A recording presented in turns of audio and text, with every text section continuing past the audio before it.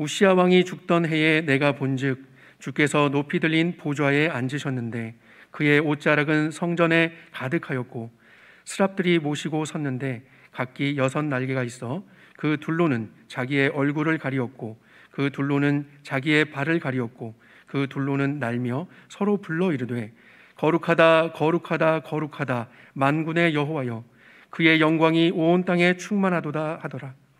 이같이 화답하는 자의 소리로 말미암아 문지방의 터가 요동하며 성전의 연기가 충만한지라. 그때에 내가 말하되 화로다 나여 망하게 되었도다. 나는 입술이 부정한 사람이요 나는 입술이 부정한 백성 중에 거주하면서 만군의 여호와이신 왕을 배웠음이로다 하였더라. 그때에 그 스랍 중에 하나가 부젓가락으로 제단에서 집은 바 핀 숯을 손에 가지고 내게로 날아와서 그것을 내 입술에 대며 이르되 보라 이것이 내 입에 닿았으니 내 악이 제하여졌고 내 죄가 사하여졌느니라 하더라.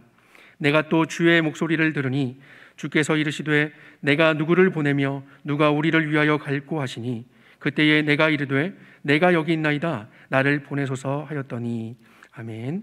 이 시간 이틀 전에 우리 개신교 여론조사 기관인 목회 데이터 연구소가 낸 코로나19 정부 방역 조치에 대한 일반 국민 평가 조사라는 그 설문 조사가 있었습니다. 근데 그 결과에 따르면 우리 한국 교회를 매우 신뢰한다 또는 약간 신뢰한다라는 응답은 21%였는데요. 반면에 별로 신뢰하지 않는다 또는 전혀 신뢰하지 않는다는 그 응답은 76%가 나왔다고 합니다. 꼭 1년 전인 작년 1월에 교계단체인 기독교 윤리실천운동이 실시한 한국교회의 사회적 신뢰도 조사 당시에도 같은 질문을 했었는데요. 그때 한국교회를 매우 또는 약간 신뢰한다는 응답 비율이 32%였습니다. 1년 전에 비해서 교회를 신뢰한다는 응답이 11%나 더 떨어진 것이죠. 특히 신뢰한다는 응답을 기독교인과 비기독교인으로 이렇게 나눠보았을 때 기독교인 중에서 신뢰한다는 비율은 70%였지만 반면에 비기독교인은 9%에 불과했습니다. 즉 기독교인이 아닌 대다수의 사람들은 거의가 교회를 신뢰하지 않는다는 거죠. 우리 기독교가 교회가 어쩌다가 이렇게 된 것일까요? 일부 교회들이 정부의 코로나 방역 지침을 제대로 준수하지 않아 집단 감염자들이 생겨서 국민들이 분노해서 그런 것일까요? 일정 부분 그런 영향도 분명히 있을 겁니다. 그러나 저는 그것이 주된 요인은 아니라고 생각합니다. 정말 근본적인 원인은 교회가 신뢰받지 못하는 근본적인 원인은 교회가 교회다움을 상실했기 때문이라고 저는 생각합니다. 교회의 교회다움이 뭡니까? 교회의 머리이시며 주님 대신 예수님을 닮는 거죠. 그래서 예수님처럼 자기를 희생하고 예수님처럼 용서하고 예수님처럼 섬기고 예수님처럼 정의롭고 예수님처럼 거룩해야 하는데 오늘날 교회들에서는 그런 모습을 찾아볼 수가 없다는 거죠. 물론 교회에 대한 세상의 평가가 다 옳은 것은 아닙니다. 오히려 세상이 보지 못하고 알지 못하는 많은 교회들이 예수 그리스도의 심장을 가지고 그분의 손과 발이 되어서 세상의 빛과 소금으로 행하고 있기 때문에 그렇습니다. 그럼에도 불구하고 오늘날 우리 교회들이 교회다움을 적잖이 상실했다는 것은 부인할 수 없는 사실입니다. 그리고 교회가 교회다움을 상실하게 된 가장 결정적인 원인은 바로 하나님을 향한 참 예배의 실종에 있다고 생각합니다. 20세기의 선지자로 일컬어지는 미국의 A.W. 토저 목사님의 말을 한번 들어보시기 바랍니다. 오늘날 우리에게는 모든 것이 있다. 그런데 없는 것은 오직 예배뿐이다. 지금 교회는 온갖 장식품으로 화려하게 빛나지만 정작 빛나야 할 보석인 하나님을 향한 참 예배는 실종되었다. 우리는 교회 화장실에 난방장치를 설치하는데 얼마의 돈을 써야 할지 결정하기 위해 예산집행위원회에 앉아서 머리를 짜내고 있다. 왜냐하면 우리에게는 따뜻한 화장실에서 볼일을 보는 것이 매우 중요하기 때문이다. 만일 우리가 기도회에 참석하는 것을 이만큼 중요하게 여긴다면 아마 교회는 확 달라질 것이다. 우리가 기도에 신경을 쓰지 않는 것은 우리가 예배자가 아니기 때문이다. 우리는 단지 교회를 경영하는 사람에 불과한 것이다. 형제자매들이여, 내가 볼 때 현재 아주 끔찍한 현상이 우리 가운데 벌어지고 있다. 기도하지 않고 예배도 드리지 않는 집사와 장로와 목사들이 교회를 경영하면서 교회의 나아갈 길을 결정하고 있다. 참으로 두려운 일이 아닌가. 기도하지 않고 예배도 건성으로 드리는 사람은 교회의 문제를 놓고 왈가왈부하거나 투표할 권리가 없다. 그러나 작금의 교회들에서 여자 교인들은 기도하고 남자 교인들은 투표하는 황당한 일이 벌어지고 있다. 남자 교인들도 밤늦도록 기도해야 하는데 오히려 그 시간에 교회의 사안에 관해 결정을 내려야 한다면서 소파에 앉아 빈둥거리며 시간을 보낸다. 우리는 하나님을 온전히 예배하지는 않으면서 일하는 신용만을 낸다. 너무나도 신랄한 도저 목사님의 말을 저는 감히 아니다라고 부정할 수가 없습니다. 참으로 가슴 아프지만 그분의 말이 대부분 사실이기 때문입니다. 교회의 가장 기본적이면서도 중요한 사명이 바로 하나님을 예배하는 것인데 이것이 안 되니까 교회가 교회다움을 상실하게 되고 그 결과 사람들은 더 이상 교회를 신뢰하지 않게 된 것이죠. 그러므로 사랑하는 성도 여러분, 우리 교회가, 우리 기독교가 다시금 신뢰를 회복하기 위해서는 무엇보다도 하나님께 드리는 예배가, 바른 예배가 회복되어야 합니다. 바른 예배, 참 예배가 회복되어야 돼요. 하나님이 기뻐하시는 참 예배를 꿈꾸어야 합니다. 자, 그러면 우리가 꿈꾸어야 할 참 예배란 과연 어떤 것일까요? 오늘 본문을 중심으로 몇 가지를 생각해 보겠습니다. 첫째는 하나님을 향해 불타오르는 예배를 꿈꾸어야 합니다. 오늘 본문 1절 말씀은 이렇게 시작합니다. 우시야 왕이 죽던 해에. 우시야 왕은 52년간 남왕국 유다를 다스리면서 나라를 군사적으로나 경제적으로 부강하게 만든 왕입니다. 오랫동안 안으로는 나라를 안정되게 다스리고 밖으로는 빼앗긴 영토를 회복시켜서 유다의 전성기를 가져왔습니다. 아마도 다윗과 솔로몬 이래로 이스라엘을 가장 강력한 나라로 만든 왕일 것입니다. 하지만 그는 자신의 성공에 도취되어서 나중에 교만에 빠지고 말았습니다. 그래서 자신은 제사장이 아님에도 불구하고 성전에 들어가서 스스로 분향하려고 하다가 하나님의 진노를 사서 문둥병에 걸려 결국 궁전에서 쫓겨나고 죽을 때까지 별궁에 거하다가 죽고 말았지요. 우시야 왕이 죽자 많은 백성들은 큰 충격에 빠졌습니다. 우리의 든든한 버팀목이었던 우시야 왕이 죽다니, 대제국 아수르가 호시탐탐 노리고 있는데 이제 우리는 누구를 의지하며 살아야 하나? 영웅적인 왕의 죽음으로 말미암아 국가에 큰 위기가 찾아온 것만 같았습니다. 청년 이사야도 그 중에 한 사람이었습니다. 그래서 이사야는 슬프고 답답한 마음을 부여안고 성전에 들어갔는데 그때 성전에서 환상 중에 하나님을 만나는 체험을 하게 되었습니다. 여러분 1절로 4절을 보세요. 우시야 왕이 죽던 해에 내가 본즉 주께서 높이 들린 보좌에 앉으셨는데 그의 옷자락은 성전에 가득하였고 스랍들이 모시고 섰는데 각기 6날개가 있어 그 둘로는 자기의 얼굴을 가리었고 그 둘로는 자기의 발을 가리었고 그 둘로는 날며 서로 불러 이르되 거룩하다 거룩하다 거룩하다 만군의 여호와여, 그의 영광이 온 땅에 충만하도다 하더라. 이같이 화답하는 자의 소리로 말미암아 문지방의 터가 요동하며 성전의 연기가 충만한지라. 이사야는 환상 가운데 높이 들린 보좌에 앉으신 하나님을 대면했습니다. 그분의 옷자락이 성전에 가득했다고 그래요. 이것은 그 자리에 하나님께서 영광스럽고 충만하게 임재하신 것을 의미합니다. 보좌에 앉으신 하나님 뒤에는 스랍들이 모셔서서 거룩하다 거룩하다 거룩하다 하면서 하나님의 거룩하심과 영광스러움을 찬양하고 있었습니다. 근데 여기서 이렇게 하나님을 모셔서서 찬양하는 이 스랍들, 이 스랍이라는 단어는요, 불타오르는 자라는 뜻입니다. 우리와는 다른 세계에 거주하는 이 경이로운 피조물들은 밤낮 하나님의 성전에서 우리 하나님을 예배하고 있습니다. 그래서 그들은 불타오르는 자들이라고 불렸습니다. 그들은 밤낮 없이 하나님을 향해 불타오르는 예배를 드리는 자들이었기 때문입니다. 여러분, 많은 경우 오늘 이 이사야 6장 이 본문 말씀을 볼 때 8절에 주께서 이르시되 내가 누구를 보내며 누가 우리를 위하여 갈고 하시니 그때 내가 이르되 내가 여기 있나이다 나를 보내소서 하였더니 라는 이 말씀, 즉 이사야의 소명에 초점을 맞춥니다. 그러나 그에 앞서 본문은 성전의 보좌에 앉으신 하나님을 수랍들이 뜨겁게 예배하고 있는 장면을 상세히 보여주고 있음을 간과해서는 안 됩니다. 이것은 마치 너희는 하나님을 이렇게 뜨겁게 예배하고 있느냐?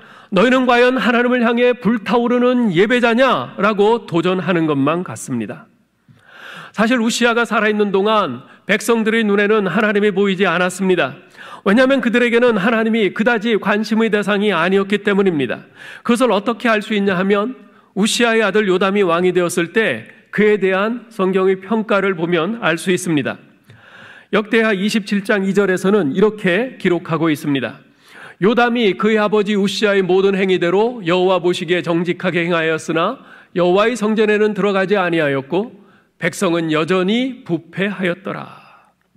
요담이 왕이 되었을 때 백성은 여전히 부패하였다고 기록하고 있습니다. 이 말은 그 요담의 선대왕이었던 그의 아버지 우시아 때도 백성들은 부패하였음을 의미합니다.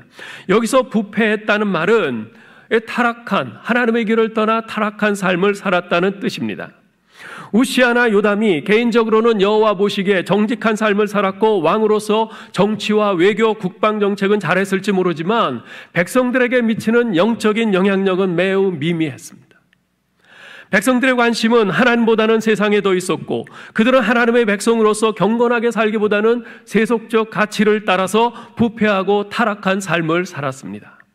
그러다 보니 그들은 매주 성전을 문지방이 닳도록 드나들었음에도 불구하고 그들의 예배는 단 한 번도 하나님의 마음을 흡족하게 해드리지 못했습니다. 하나님께서는 그러한 그들의 모습을 보며 탄식하셨죠. 이사야서 1장 12절은 이렇게 말씀합니다. 너희가 내 앞에 보이러 오니 이것을 누가 너희에게 요구하였느냐? 내 마당만 밟을 뿐이니라. 하나님께서 탄식을 하세요. 그들은 매주 성전에 부지런히 드나들었지만 우리 하나님을 만나지 못한 채 성전 마당만 밟고 왔다 갔다 한 것이었습니다.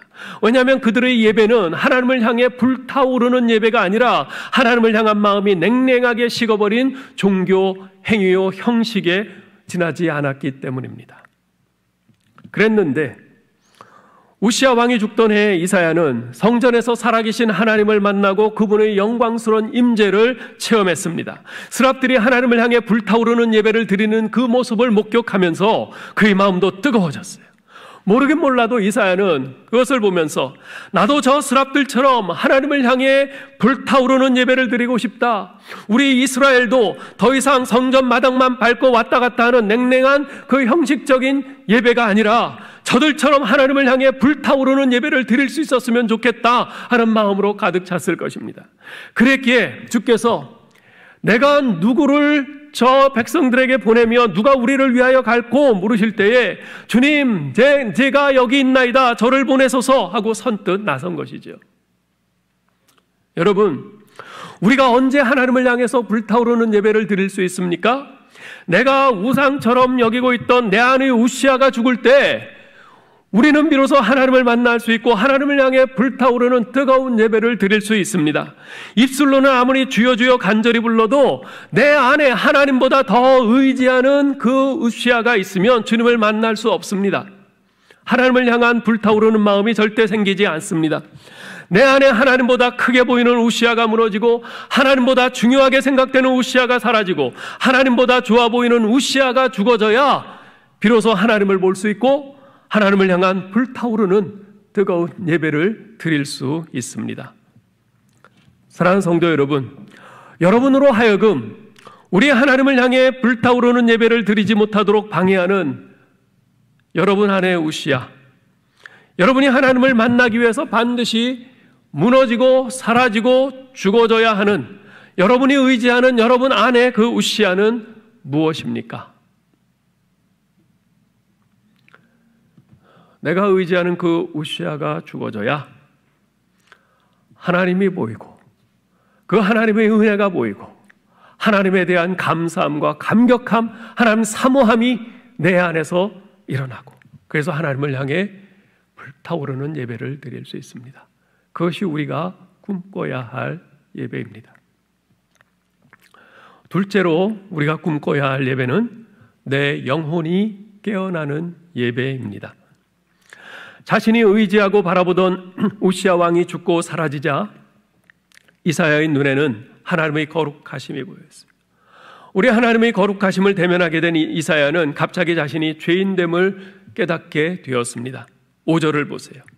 화로다 나여 망하게 되었도다. 나는 입술이 부정한 사람이요 나는 입술이 부정한 백성 중에 거주하면서 만군의 여호와이신 왕을 배웠음이로다. 하나님의 거룩하심을 대면하자 이제까지 그의 마음을 근심 걱정으로 억눌렀던 우시야 왕이 죽은 것에 대한 걱정은 사라지고 그의 양심이 일깨워졌습니다. 영적 각성이 일어났어요.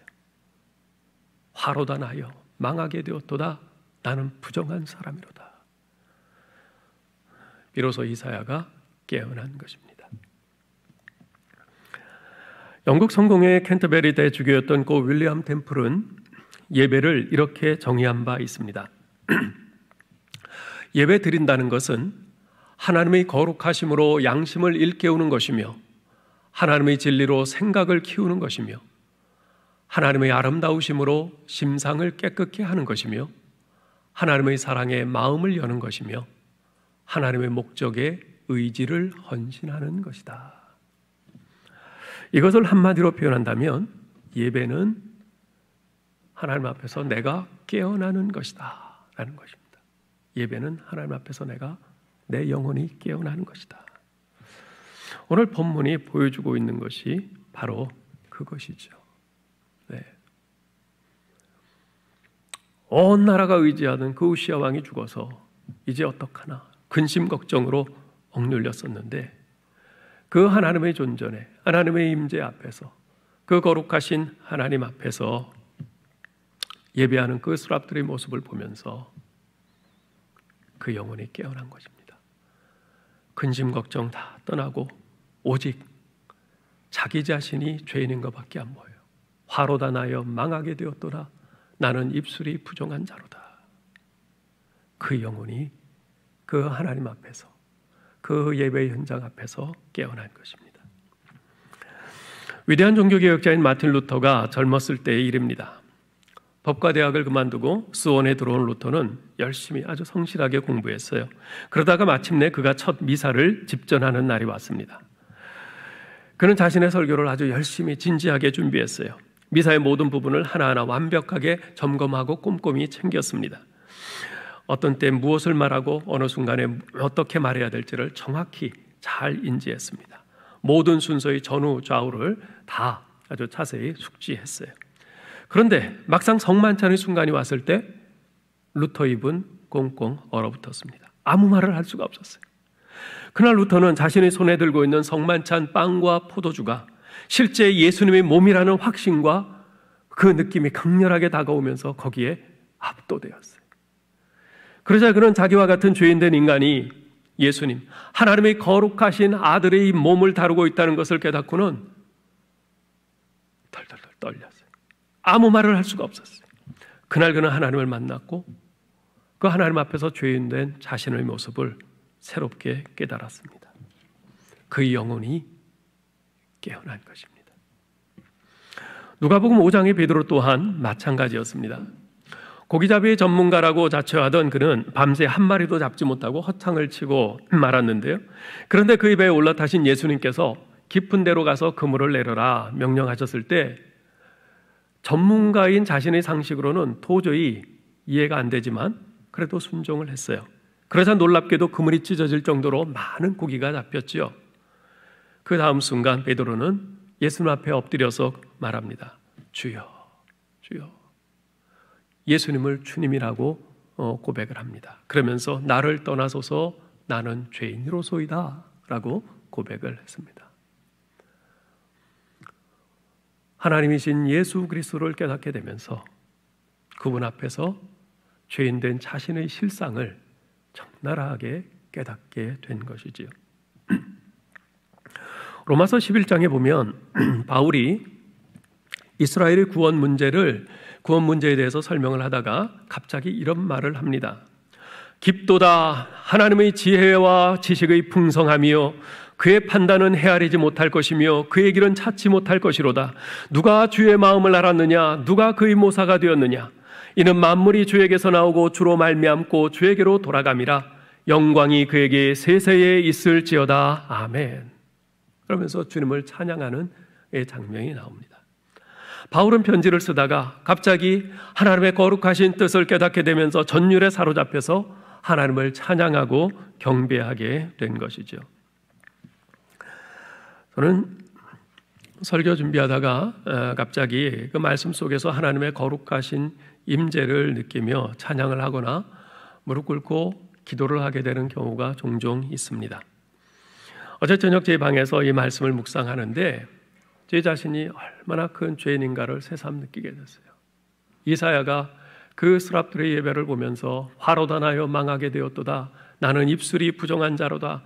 나는 입술이 부정한 자 가운데 있도다. 그 말씀이 꼭 제게 하시는 말씀 같았어요. 제 자신이 얼마나 큰 죄인인가, 이런저런 죄들이 쭉 생각나고 거기에 그 두려움에 압도되면서 설교 준비를 더 해나갈 수가 없었습니다. 이런 큰 죄인인 내가 어찌 다른 사람들에게 거룩하신 하나님의 말씀을 전하며 설교할 수 있단 말인가. 정말 괴롭고 힘들었습니다. 그래서 눈을 감고 고개를 푹 숙이고는 하나님의 은혜를 구했습니다.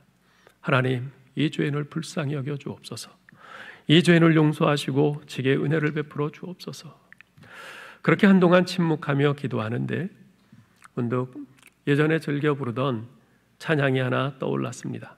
그래서 그 찬양을 반복해서 불렀습니다.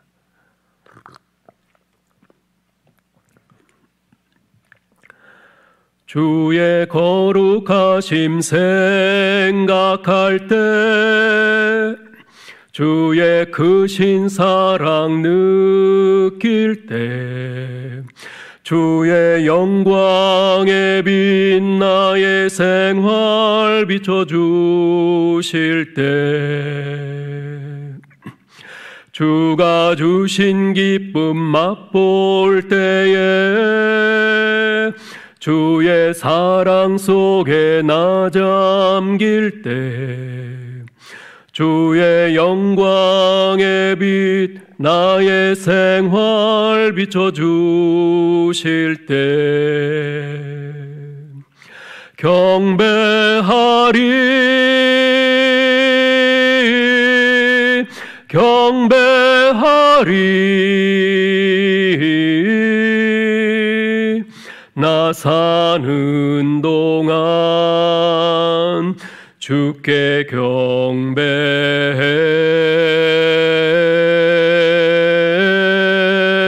경배하리 경배하리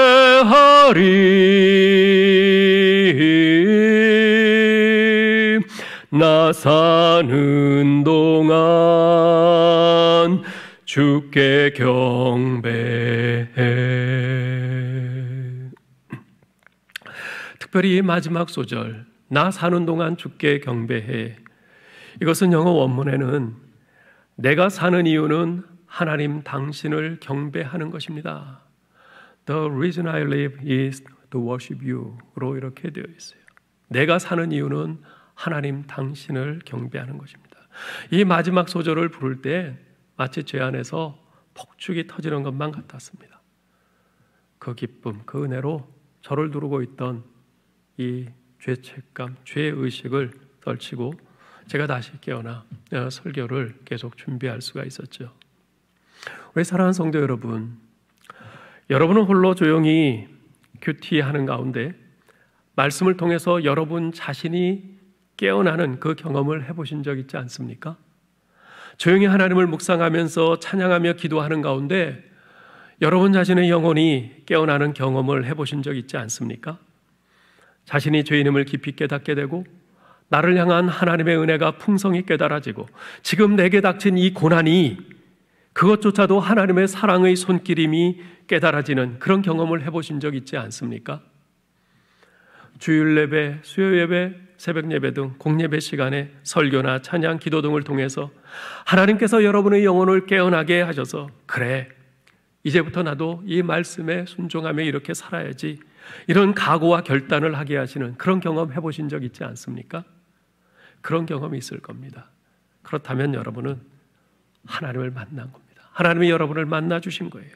여러분의 영혼이 깨어나는 그 예배를 드리신 겁니다. 이것이 우리가 꿈꿔야 할 예배입니다.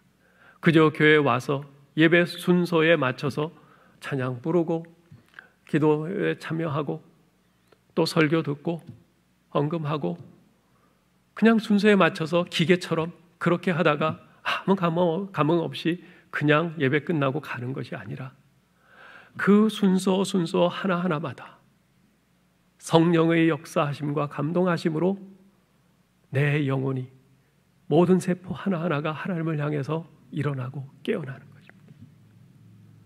생각만 해도 얼마나 감격스럽고 정말 몸에서 전율이 일어나는지 모르겠어요. 여러분, 이런 예배 드려보고 싶지 않으세요?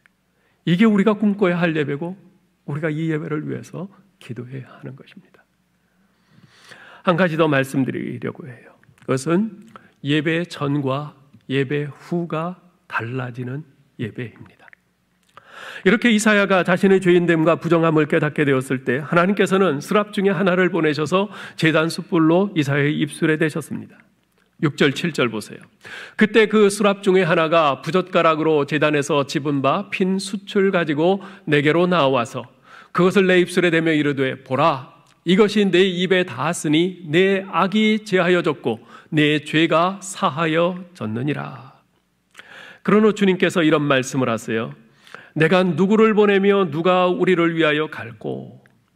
그러자 이사야가 대답합니다. 주여, 내가 여기 있나이다. 나를 보내소서. 이사야는요, 언제 가야 하나요? 왜 가야 하나요? 어디로 가는 겁니까? 어떻게 가죠? 이런 질문은 전혀 하지 않았어요. 그런 것에는 아무 관심도 없는 것처럼 보입니다. 그는 주님께서 무엇을 원하시든지 다 받아들일 준비가 되어 있었어요. 하나님을 만났을 때, 우리 하나님 앞에 그 영광스러운 예배에 참여했을 때 그의 의지는 하나님께 온전히 헌신되었습니다. 여러분, 하나님이 어떤 분이신지를 알게 될 때 우리가 소원하는 것이 무엇인가에 대한 질문은 사라집니다. 우리는 단순히 주님께서 우리에게 무엇을 원하시는지 그것을 묻기 시작합니다. 그리고 주님께서 내게 원하시는 것은 무엇이든지 하겠다는 그 의지적인 결심을 하게 됩니다. 이처럼 하나님을 만나면요, 우리는 더 이상 이전과 같을 수는 없습니다.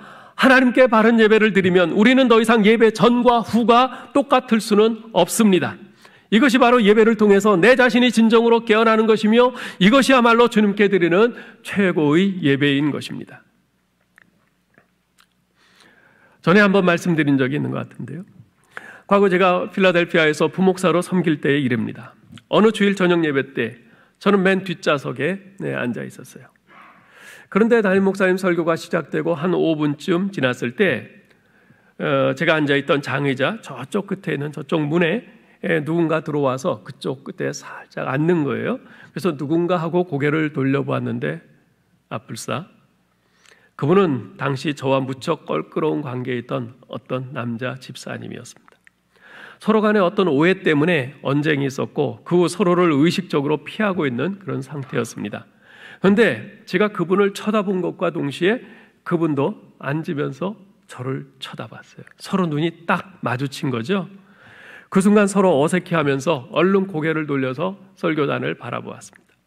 그러면서 그때부터 마음이 막 불편해지기 시작했어요. 눈은 설교단을 향하고 있었지만 담임 목사님 설교는 하나도 귀에 들어오지가 않았어요. 그런데요, 우리 하나님이 얼마나 짓궂으신지 마침 그날 목사님의 설교 주제가 서로 사랑하라는 것이었어요. 설교를 들으면서 저는 마음이 조마조마해지기 시작했습니다. 혹시라도 목사님이 용서에 관계된 뭔가 구체적인 어떤 액션을 주문하실까 봐 정말 긴장이 됐어요. 아니나 다를까 설교를 마치면서 목사님은 아직 자신이 용서하고 있지 못한 사람이 있거든 그분을 떠올리면서 용서하며 기도하십시오.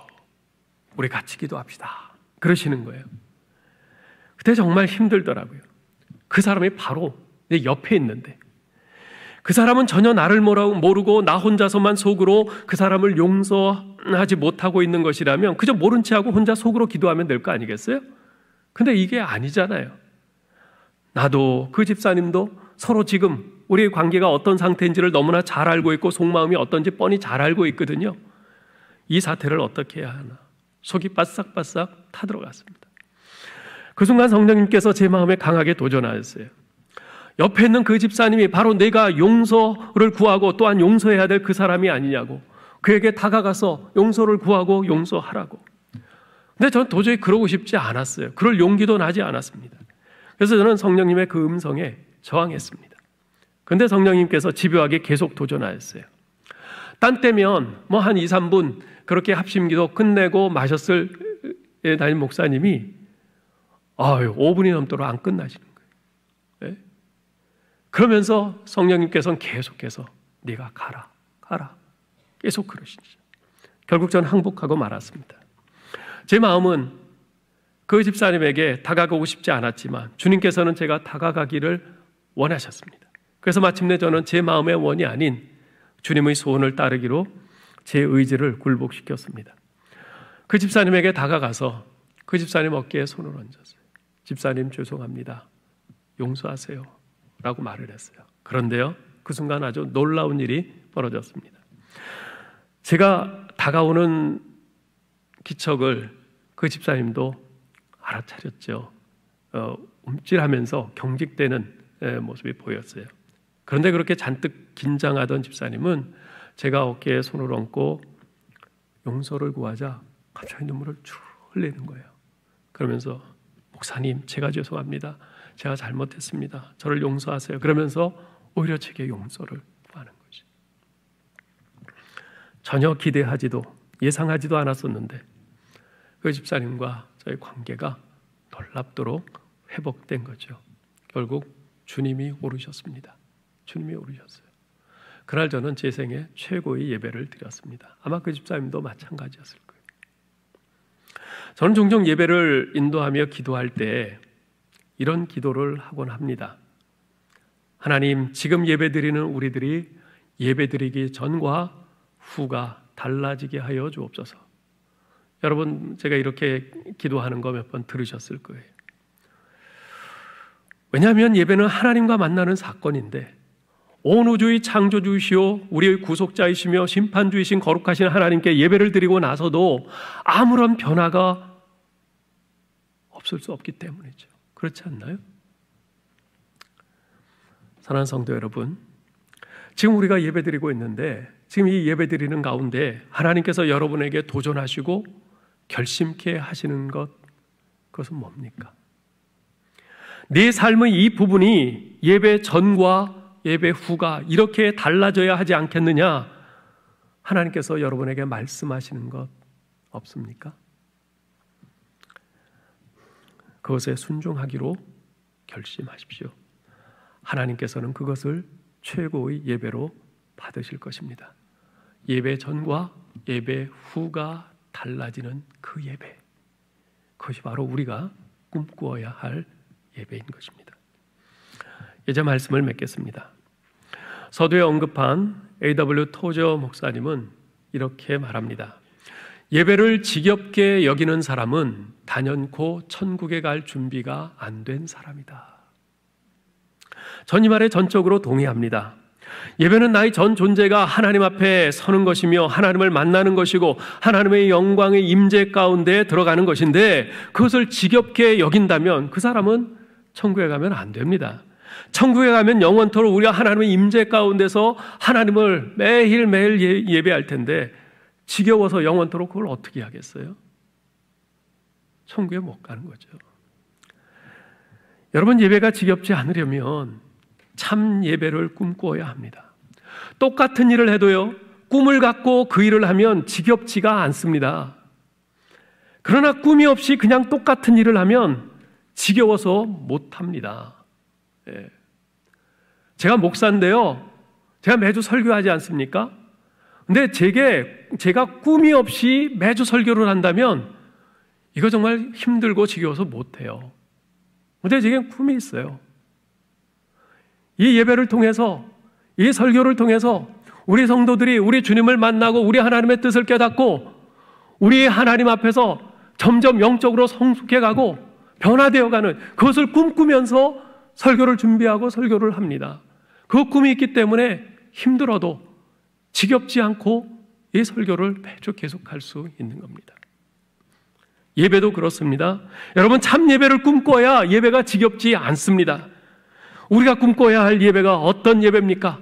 세 가지를 말씀드렸어요. 하나님, 제가 스랍들처럼 늘 하나님을 향해 불타오르는 예배자가 되게 하옵소서. 주님, 제 자신이 빛 되신 하나님 앞에서 늘 깨어나는, 제 영혼이 늘 깨어나는 예배자가 되게 하여 주옵소서. 예배드리기 전의 저와 예배드린 후의 제가 달라지는 예배가 되게 하여 주옵소서. 이것이 우리가 앞으로 남은 생애 동안 평생 꿈꿔야 할 예배인 줄 믿습니다. 아무쪼록 오늘 이후로 이런 예배를 꿈꾸시고 우리 하나님을 참되게 예배하는 저와 여러분 될 수 있기를, 그래서 하나님께 참으로 기쁨과 그 하나님을 영화롭게 하는 우리 모두 될 수 있기를 주님의 이름으로 축원합니다. 하나님 은혜를 감사합니다. 하나님, 오늘 2달여 만에 우리 성도들과 함께 이렇게 현장에 모여서 일부지만은 같이 예배드릴 수 있게 하시니 감사합니다. 또 우리의 각 가정에서 우리 성도들 이렇게 함께 영으로 우리가 서로 하나가 되어서 주님을 경배케 하시니 감사합니다. 하나님, 오늘 저희들의 예배를 주님께서 어떻게 보셨는지요? 어떻게 받으셨는지요? 하나님, 우리 하나님께서 참으로 기뻐하시고 영광 받으시는 그런 참 예배를 꿈꿉니다. 주님, 저희들이 이 수랍들처럼 늘 하나님을 향해 불타오르는 예배자가 되게 하여 주시옵소서.